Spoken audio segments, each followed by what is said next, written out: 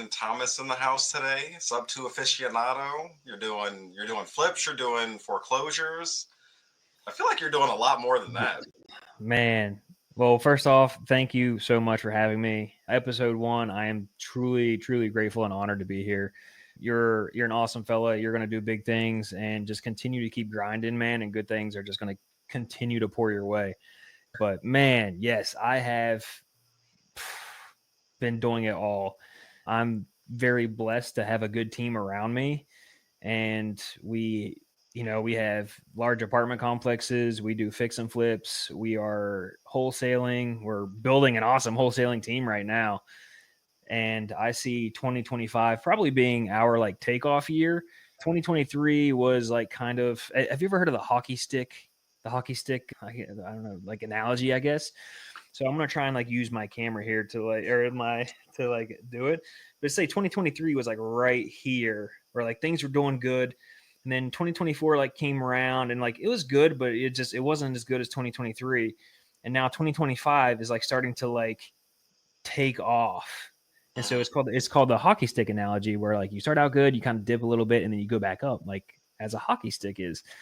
So that is what our ambition and our mindset is for 2025, is to just let's keep the hockey stick, growing. Interesting. And I love that analogy. I've heard it from different people, just explained differently. Mm, For instance, the K wave, where like everything goes up and then it comes just back down. yeah. Uh, but you're always going to have the highs, the valleys, and then more peaks.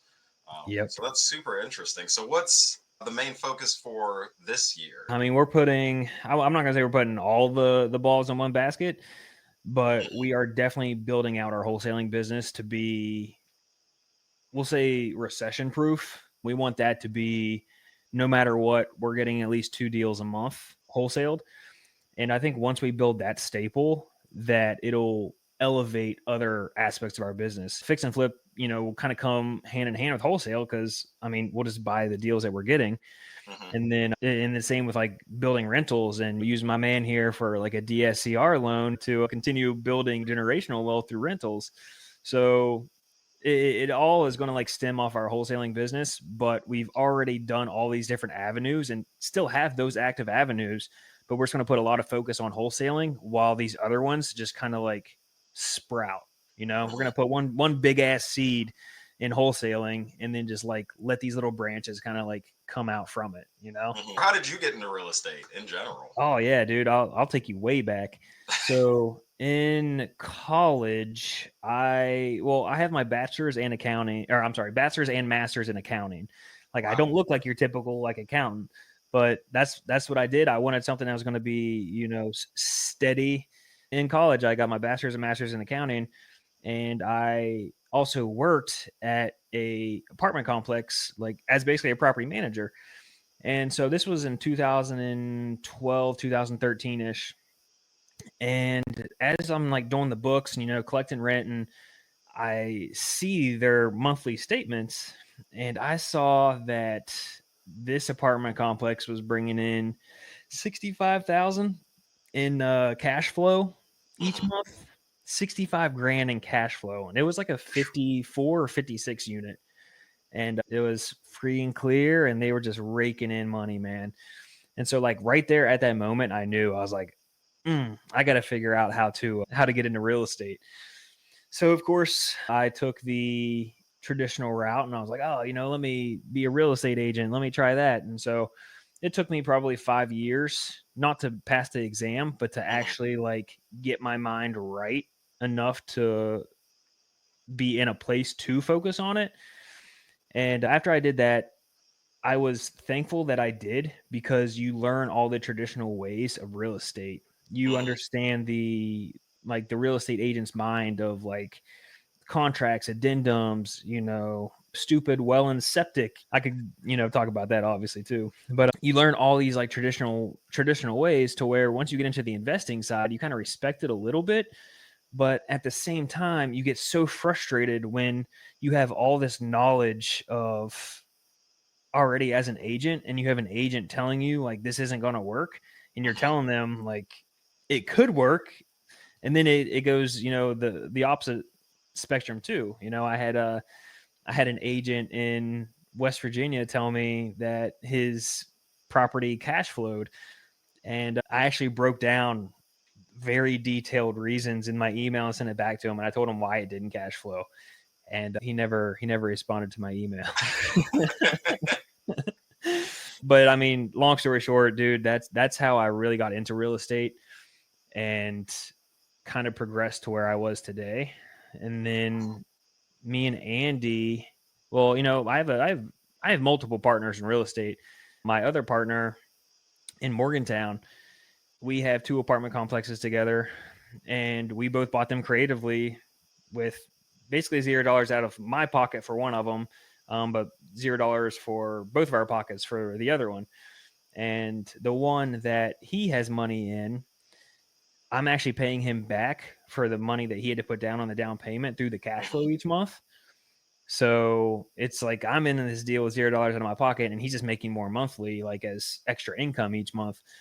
And then the other one, we got a seller finance deal on top of a commercial loan, kind of like what we're doing with the triplex, except there's like no down payment involved. It was like Right. fully, So that was in 2020 ish, and then I think me and Andy met in, dude, I want to say 2021 or 2022, but it was funny because we're both in sub two, Hmm. and he joined probably like a month or two after I did. And dude, at that time there was maybe like 1,200, 1,500, 1,600 like people and stuff. Like there wasn't a whole lot of people in sub two at that time. Hmm. And he ends up sending, like, adding me on Facebook, and I'm like, who's this guy? I don't know this guy. We have no friends in common. And he sends me a message, and he's like, hey, he's like, I joined sub two, and I'm from this town, which, a small town that we live in. It was just like a coincidence. Like, who's these two guys in this national, investor group that live in the same small town with, like, I don't know, man, probably not even 1,000 people. So anyways, we ended up like grabbing lunch, Hmm. and we kind of clicked, and we started looking at deals together, and we did our first flip together, and everything went good. Like, I don't know, man, like finding that partnership is like so critical in like your success in this industry. And once you find someone that like clicks, you got to just stick it out and just figure out how to make this as successful as possible, because they are just invaluable, dude. Dude, I love that. It sounds like you found the literal needle in the haystack. I mean, obviously it was a lot smaller, Yeah. but to get that random friend request, that just goes to show you, like, just reach out and make the connection because you never know what's gonna happen. Yeah, man. I mean, you never know what's going to happen. And it's kind of sad because I probably get 5 friend requests a day from just random people that are, in sub two or in some other investor group that saw me post back in 2020, 2021, and, ask me questions. And it sucks because, like, I know there are other people out there that would be excellent partners. They're probably great people. Maybe they even have millions of dollars that, like, we could use, as funding for our deals. Hmm. But it's like finding the time to connect to every single person that reaches out to me has been probably one of my challenges. I would say Andy's way better at it than what I am. Hmm. So anybody watching this, reach out to Andy instead of me. But we both try and make as much time as we can possible. But I mean, that's all you can do. On your past partnerships, what was the biggest lesson that you learned from realizing that it wasn't a great relationship, and like how to break that off? How does that work? So I will say I've been very fortunate, and I haven't been in a bad real estate partnership. Very thankful that I haven't been. I would say, though, having proper roles and responsibilities up front can definitely Hmm. go a long way. For example, my partner in Morgantown, he's probably like 30 minutes from the property to where I'm like 3 hours away from the property. So we kind of had this upfront agreement. It's all a verbal agreement, nothing like written, but like they're just they're there. You know what I mean? They're boundaries that we know where they are for each other. And whenever we have an issue, he's the one that handles the in-person stuff, giving keys, inspections. We have a lot of just like old school tenants too that still pay cash, believe it or not. Mhm. or just drop off checks in our little lockbox that we have. So really just getting those roles and responsibilities up front definitely go a long way. I would say that's probably number one. And I'm sure there's a lot of, terrible partnerships that have happened out there. I Mhm. mean, we've done some JVs before, like on flips that have like kind of went south. Mhm. I'll tell you, someone come to our meetups and I'll talk about my bad deals there, but I'm not going to put it on this kind of radio wave. Yeah, don't want that bad juju. No, no. Through all this, was there a time that you were like, I don't know if I can do it anymore? Like real estate might not just be for me. I don't think so.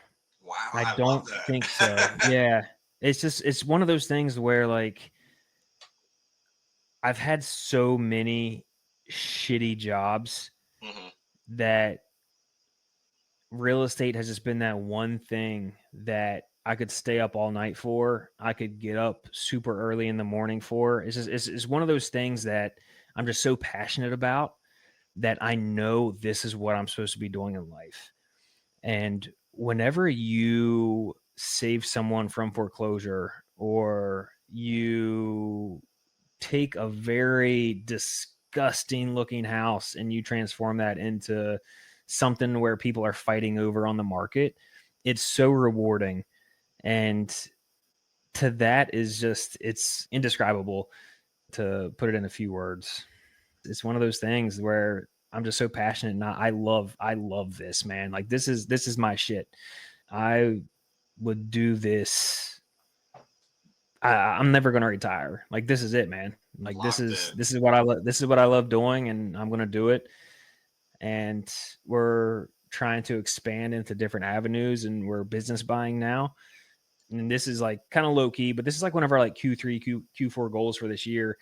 Is we're trying to find someone who has a GC license and loves doing that part of the job, but absolutely hates the accounting, the bookkeeping, the invoicing, sending quotes. And we're trying to find that person to run our day-to-day hands-on GC business and then just let us handle the back end stuff that they don't like to do. We'll do the payroll, we'll do the accounting, we'll do bookkeeping, we'll send out 1099s, we'll send out the invoices.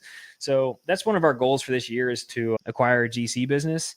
Mhm. But I have a couple other businesses that I think will be really good for us as well, to kind of, like I said, branch off of real estate. I'd love to partner with someone who has a pest control company, Mhm. because there's so much profit in pest control with very low overhead.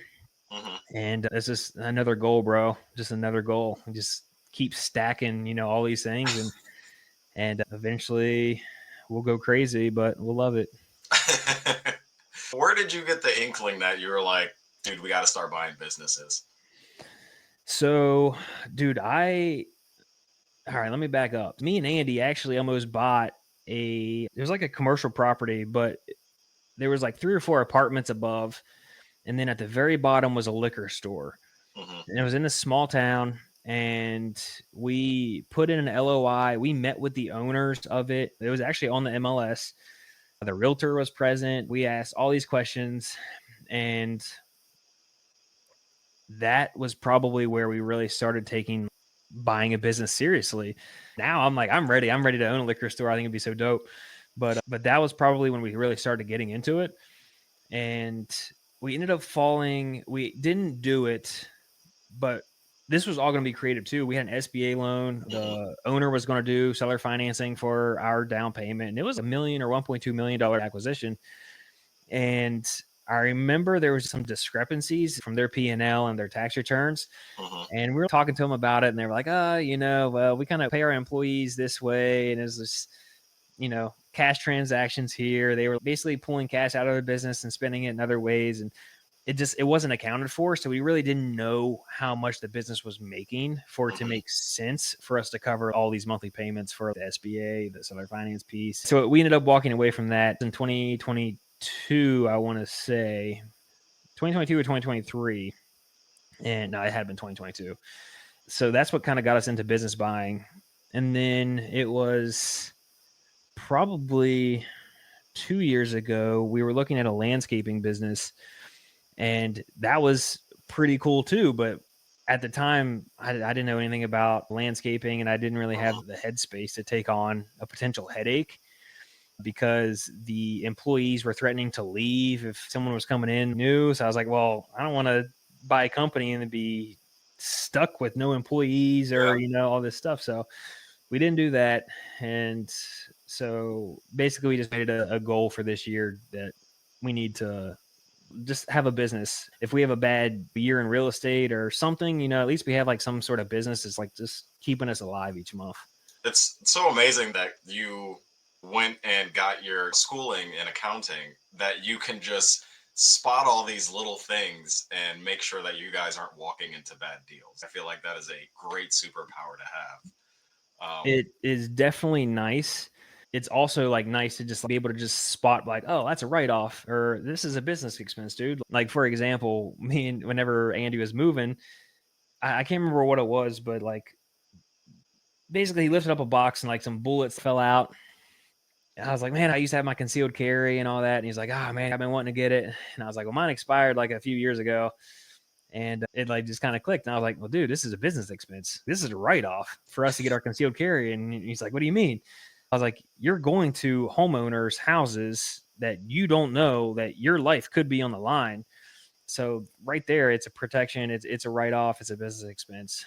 And I don't know, man. That might be a goal this year too. We might be getting our concealed carry. Okay, I am coming to you for everything about write-offs now. Yeah, man. Yeah. It's if I don't know, I'll just tell you like, ah, man, that is a CPA question, but it's pretty easy to justify what's business and what's not. Yeah, I understand that you have to directly be able to relate it back to the business. It just didn't cross my mind, the concealed carry permit. I mean, I guess I wasn't too worried about it because here in PA, mine's is expired now too, but it was like $20, so I wasn't sweating it. Yeah, Of that course, mine like, was in Virginia, and it was $20, and just had to basically do a background check, and yep. I can't remember if I had to get fingerprinted or not. But Maryland is a little bit more difficult, but you do what you got to do. It would be a business expense for you too, because I mean, if you're going and still if you're still door knocking, I mean, that's justifiable to me. I am not hitting those streets anymore. Nah, all right, you're out. Circling back to foreclosures, I do like what you said about being able to help the homeowners out of those tricky situations. But I definitely feel like wholesalers who might be getting into real estate, or even flippers who have the same intentions, might be going into those situations and maybe not have a complete understanding of how to work through it. Was there any advice that you would give to somebody going through that? Wholesalers definitely get a bad rap when some of them might actually be trying to do the right thing. They just might not know. Yeah, I mean, we see this every day. And as much as like I don't want wholesaling to be regulated, to an extent, it does need to be regulated at some level because you just have people who don't know how to talk to homeowners. And I'm not saying that they can't learn to talk to these people, but they're going through something and you have to have some sort of emotional intelligence to Mhm. understand what they're going through in order to solve their problem. If they are coming up to these homeowners like, hey, I see you're going to be losing your house in 10 days. Hey, let me buy it. I'll give you this much for it right now. If that was me, I'd be so I'd rather go into foreclosure than to have someone up my ass that doesn't know how to Mhm. speak to someone trying to buy my house for pennies on the dollar and not solving my problem. And I think that's the difference between like what our team does is that we try and solve their problem before we even throw a cash offer out to them. Sometimes cash offers don't even make sense. So it's like whenever we reach out to them, we're like, all right, well, tell us a little bit about your situation. What has you wanting to sell your house? And we just let them talk. We don't bring up that we know you're in foreclosure. We know there's an auction in 3 days. We don't bring any of that up. We just let them talk and tell us about their situation. And they never bring up that they're in foreclosure and they're going to be losing their house. And I think that's really the difference is we let them tell us what their problem is, and then we go from there. And that's exactly like the house I was kind of talking about at the meetup. Dave was there and was talking about it too, but we had no idea that that house was supposed to be auctioned off 4 days before we closed. We had no idea because they never told us. But we knew that it was coming. We didn't know that the bank set a date for the auction. We had no idea. And these sellers pushed back on us multiple times. I'd say probably close to at least 3 weeks, maybe more than that. They just didn't want to move. They would have rather the house just got foreclosed on than for them to have to actually pack their stuff. And it's sad, but we ended up paying for their U-Haul. We paid for their storage unit. We paid for the movers to come and help them. I think we gave them like $2,000 up front just to pay their electric bill that was getting shut off. They had like $1,000 electric bill. They're like, we need 2 more nights in here. I mean, we got reimbursed all that, at escrow, but man, that one was for the ages. And that was like a life-changing deal too. That was a big deal for us. And that's what kind of like propelled like a lot of our 2025 software, and like a lot of our expenses for 2025 are like already like prepaid just from that one deal. So yeah, we're trying to just set ourselves up for success as much as we can. I will say for my short stint in door knocking that there was a lot of times when I knocked the door and someone would come very angrily to the door, and I'm kind of just like, whoa, I'm just like, I saw this thing in the newspaper or whatever, and I just wanted to make sure you're okay. And they just, all these people coming by, giving me this offer, that offer. Can I buy your house? And you're the first person to come by and ask me if I needed help. And it's, really just that human element to it that I think a lot of people might be missing out on. Yeah, I mean, you nailed it. And how easy is that to just ask someone, "How are you? Are you okay? Do you need someone to talk to?" Like these things are so easy, and people get so wrapped up in making money and just being so heartless. I mean, we could talk about everything that's wrong in this world, and that is definitely one of them, man. Heartless wholesalers. Number one in this world, actually. That's the number one problem is heartless wholesalers. Well, gosh, foreclosures, tricky situations and whatnot. Yeah. All right. Well, back to buying businesses. Is it harder to get into buying businesses than it is real estate, or are there some similarities there? Dude, I would say they are the same. It is the exact same in my opinion. You're just asking for different documents. For example, like the triplex that we're under contract with you on. I mean, we're asking for a P&L for 3 years, and we want to verify that it's a good deal. And you do the same thing with the business. You're asking for an income statement for 3 years. Maybe you want to see their balance sheet. They have a statement of cash flows. It's all stuff that you can always consult like a financial advisor, and they'll tell you this is what you want for a business. But once you do it once or twice, it's the same shit, dude.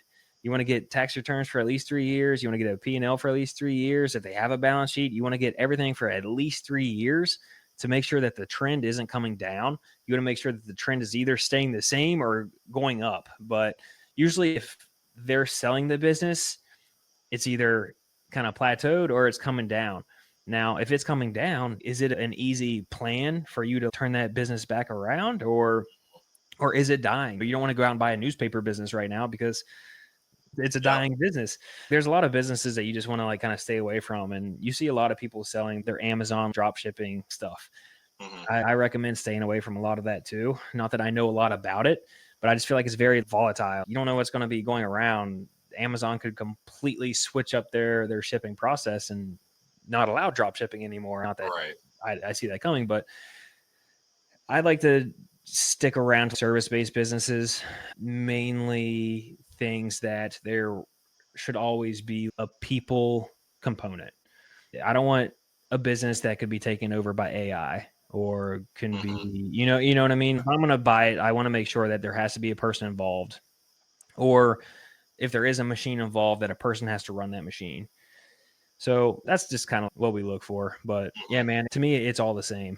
It's all the same. It's just, it takes a little bit longer to close. You usually have like a, damn, I can't think of the word right now. But it's like a kind of probationary period to where you kind of come into the business after you're under contract, and you kind of walk with the owner for, it could be a month, 2 months, and kind of get an idea of how the business is Mm-hmm. ran. And then that owner steps away. But you can always have contracts in place to keep that owner on for a year, 2 years. 2 years is a long time, but Right. a year is pretty normal to keep an owner on. But it depends on the business. Sometimes Mhm. 2 weeks gets the job done.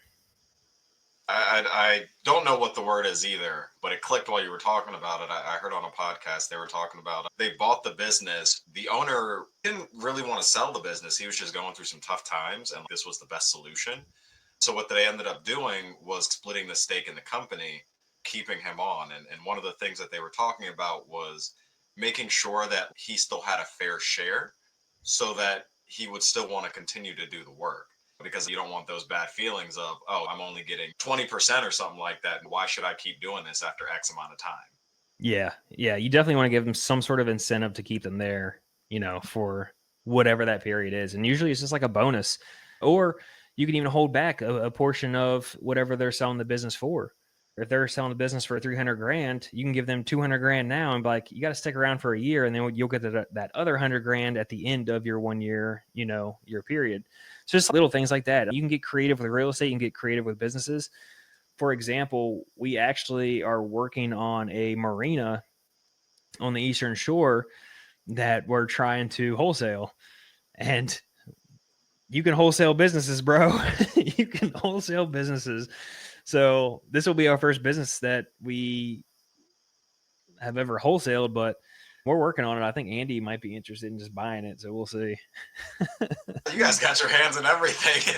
Dude, literally everything, man. You name something, I'm telling you, someone has either brought it to us or it's in my inbox getting worked. So, how are you managing to balance everything that you're taking on while still trying to keep that risk low? Oh, dude, I love that question. So we kind of just have to create the time for it. Hmm. And recently, now I call it the 10-4 method, but basically it is I put the baby down, or my wife, one of us. We put the baby down around like 7. So then I dedicate until 10 p.m.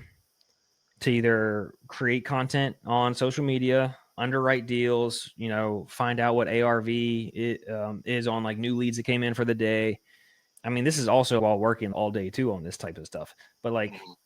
that time period, staying till up till 10 p.m. is just like pure focus on business shit. What's going to like help our business grow so it's better tomorrow. That's just up until 10 p.m. I go to bed. 4 a.m. comes around, I'm up. So 4 a.m., it depends on the day, but either I'm back at it, working on the business again to just continue to get that shit even better, or I Hmm. go to the gym. It's one of the two. So that's what my schedule is at 4 a.m. You can text me at 4 a.m. Ask me what are you doing today. Like I'm either on my way to the gym or I'm sitting here doing this. I will tell you, I'm up at 4 a.m. I thought you were. It's funny because I've always been a morning person. Like as a kid, I was always like, cool, I'll wake up early and I get to play video games while the rest of the house is asleep. I don't get bothered. Yeah, that's nice. Um, so always been an early riser, but now as I've gotten older, I've realized that like I'll get up early, but just don't talk to me. Just I need the time to like sit down and get my mind right for the day Yeah. before I want to start the other stuff. Yep. I totally understand it. Like what is one of your practices for managing that focus in those hours? Oh shit! I think my can you hear me? I can hear you. All right. Let me switch over here. Well, I might be just silent for a little bit. My camera got too hot. Anyways, what was the question? I'll be back here shortly. Uh, going over focus, being that you got a long day, taking care of your family as well and whatnot. But how do you sit down at the end of the night and make sure that you are focused on whatever it is that you need to be focused on? Yeah. So, like I said, man, you just have days where it's just absolutely a shit show. And one thing that I've learned that can turn that absolute terrible day into like feeling productive and ready to go is to just take a shower. And I know that sounds freaking crazy, man, but just taking a shower just like gives you like this refresh of I'm like motivated again. So in the evenings, man, it helps so much. It helps so much. And then in the mornings, if I'm not feeling motivated, I just kind of switch up my routine. Like if I'm going Hmm. to the gym, that's one thing. Like I'm going to the gym, I got pre-workout, I'll be motivated, no problem there. But if it's one of the days where I got to wake up and kind of like sit here at my desk and like work, I'll just switch it up and maybe I'll just focus on like creating a social media video or just editing or something in that nature to where it's Hmm. like kind of like less of a thought process. Right. Turn my camera back on, see if it's cooled off a little. There we Welcome go. back. Yeah, dude. So I got this camera, man. It gets hot whenever I'm running at 4K, and it depends on how many pixels I guess I'm using. But man, I can 4K, tell you, it's crispy. It looks good. does it look good? Yeah. That's good, man. Because I was running at 1080p for a while, and I had this freaking camera, and I had no idea. I thought I was on 4K, but I was at 1080p. So I'm like doing all these videos and editing, and it's like saying like the max process is 1080p, and I'm like, what the hell is going on, man? This ain't making sense. And I had to like mess with the settings and all that, and I don't know. We'll see. We'll see if it gets hot again. But it's only on like whenever I'm doing like zooms or live streams for like longer than 45 minutes ish. Because I know like Hmm. we were talking for a little bit before this went live, so Yeah. that's probably why. So I don't know. It might last a little bit longer. I have no idea. We'll see. Well, we'll get close to wrapping it up here soon. Are there any days where you sit down and you're just like, I just can't focus right now? Like you feel stuck? And how do you navigate those situations? Oh man, you just got to take a step back. You got to take a step back and find some gratitude and find why you're doing it. Because if you don't have a reason or a purpose to be sitting down at 10 o'clock at night to get some work done, then why are you sitting down at 10 o'clock at night to get some work done? And it's the same with that, like 4 a.m. You got to have a reason, man. You got to have a purpose to do everything you're doing. And if it is not for someone, it's got to be for yourself. Like, are you happy at your 9 to 5 job? Are you happy, having to go into work today and have someone else tell you, no, you can't do that? No, you can't take a PTO that day. Sorry, the roads are pretty shitty, but you still got to come into work. Like, you got to do it for yourself, man. And it fires me up to know that there are people out there that love just, or they don't even love it. They're going through the day to day like they're zombies, man. Just like doing whatever other people tell them and not taking accountability and doing something for themselves to grow and be better. And geez, man, as you can tell, I get pretty worked up on this topic because today's society is so fucking lazy, and it is insane to me. Just today, I had a tenant shoot me a message, and he was like, "Hey, man, our electric bill is going to be $400 this month, and I'm not going to be able to pay rent." And like, I screenshot that and I sent it to my partner, and he's just like, "Are you shitting me, dude? Like, what is wrong with these people? This that's a one bedroom studio apartment almost, Hmm. and your electric bill is $400. That's more than my fucking house. Like, what are you doing in this freaking apartment to have a $400 electric bill?" I don't. It's blows my mind, man, and it comes back to just them just straight up telling us like they're not going to pay the rent, they're going to pay the electric bill because it's $400. Like, just shows you the lack of grind that people have.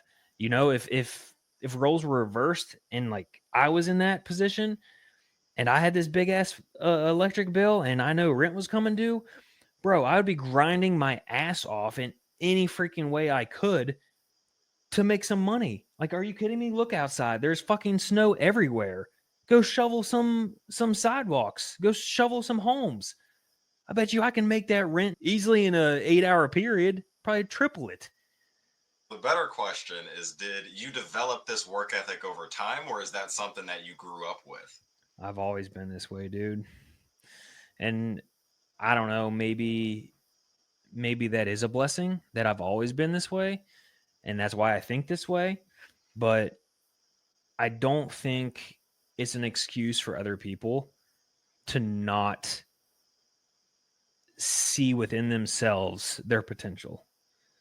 you know, like going back to the tenant in this situation, like he has, I want to say, a girlfriend and like 2 kids in this apartment. And if that by itself doesn't light a fire under you, then what will, dude? What will? You definitely did touch on something earlier that it's like, as I started to get into real estate and learning, it's a complete journey. I thought I was going to get in real estate and just make buku bucks super quick. What I realized was I had been sleeping my entire life. And, there has to come that point when you realize that there is more to life than what you are doing and that you are meant for more. Everybody can get up and go pursue their dreams, but it's whether or not they actually choose to do what the 1% are doing and stop following the 99%. And it's definitely a shift because even at my W-2, I used to have conversations with everybody a lot more, but now I don't feel like I fit that same mold anymore. And it's just different. Yeah, man. And that's all personal growth. Don't get me wrong, you're going to have friends that are going to be with you for your entire lifetime. You're going to have those friends, but you're going to be growing at a completely different level than what they are, or they might even be growing at a different level than what you are. But as long as you guys are growing and you guys are still friends, that's all that matters. But you want to surround yourself with people who are just grinding, man. You don't want to be that one person that wants to completely change your life and build generational wealth and get into real estate and have these rentals, but then still be that same guy that's like going out every Friday, Saturday night, staying out till 3 o'clock in the morning, waking up hungover. If you're doing all that and you're waking up in the morning hungover, you're not going to have the motivation and drive that you did if you were not doing that stuff. I think it comes down to just growing up internally and seeing that and actually like putting it into action of what you want to do versus what potential friends want you to do. One of the things my mentor said is that when you start growing, not everybody is meant to come with you, but the people that you surround yourself with will eventually rise up with you. You Yeah. just have to be willing to step out of the box and pursue that uncomfortability, pursue that growth, and watch the people around you start changing because it will happen. I'm watching it right now. It's so interesting now that I feel like I am growing more to see the people around me doing the same. They've been doing it this whole time potentially, but I can actually see it now because I feel like I'm with them. So yeah, it's wild. And you're seeing it. Like, and that's another step of like, you know, the internal growth is like you're seeing it happen to other people and seeing the differences between, what they're doing and what you're doing. And you see it, man. We all know leaders are readers. And so, are there any books or podcasts that you would recommend for mindset or real estate? Oh man, well, the Zero to Growth podcast for sure. Let me see. I definitely do a lot of audiobooks. Let me see what I am reading next. I just finished the Elon Musk book. That was a good one, man. I didn't even know he had a book. Yeah, well, I mean, it's not I don't he didn't write it. It's just a book about him. Hmm. But man, it's so good. I read Cody Sanchez's new book, Main Street Millionaire. That Main was Street Millionaire. Yep, I Yeah, got that. yeah, that was a good one. I would say my favorite chapter was, or she doesn't really have chapters, but there's like step one, R is for research. That Mhm. chapter alone is all you need in that book, in my opinion. That one right there will light a fire, and that's kind of what gave me the idea of like the pest control business too. Actually, was that book. Um, man, what else? I'm telling you, I used to crush like an audiobook a day Oh almost. wow. Um, I've definitely slowed down. At first, I was like, oh, it'd be super great to read a book a week. But then I was like, am I really digesting this information? And now I'll sit there and read a book 3 or 4 times before I move on to the next one. oh yeah, whenever I was reading Becoming Your Own Banker, I read that book probably 7 times. Wow. Yeah, it's a good one, man. It's mind-blowing on how to use whole life insurance for like real estate and other purposes.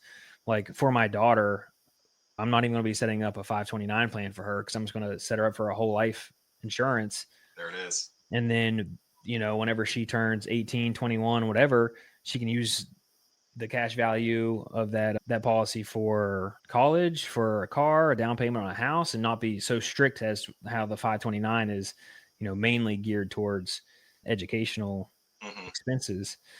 I read $100 Million Leads by Alex Hormozy. That was a pretty good one. I've listened to that book like 7 or 8 times. Yeah, it's a good one. Your Next Five Moves by Patrick Bet-David is pretty good too. The 10X Rule by Grant Cardone is another good one. Oh, The Creature from Jekyll Island is another really good one if you want to get into like the history of finance and all of that for like the US. It Hmm. really breaks down like how whenever the US got away from like the gold standard and fractional reserve lending, it's just mind blowing, man. Some of the stuff that we were able to get away with and still get away with today, really, with banks, it's nuts. Basically, if you go and deposit $1 at a bank, Hmm. they can then lend out $10 to someone else. And Hmm. that's fractional reserve lending. And it's just like, how does that make sense? We're lending out money that we don't have. And, God, I could digress on the government spending issue that we have, but yeah, man, that's why. And that book lays it out too. But yeah, man, I probably got like 30 other books I could list, but That's sounds super interesting. yeah, it's pretty long. It's pretty long, so you got to be patient.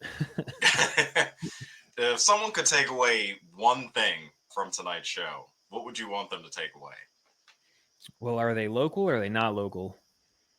Let's assume they're not local. We don't Oh know who's man. watching this. All right. Well, they're gonna have to get a plane ticket and they're gonna have to fly to our meetup. I mean, I just hope that someone who is listening to this just takes the seriousness with what we talked about tonight.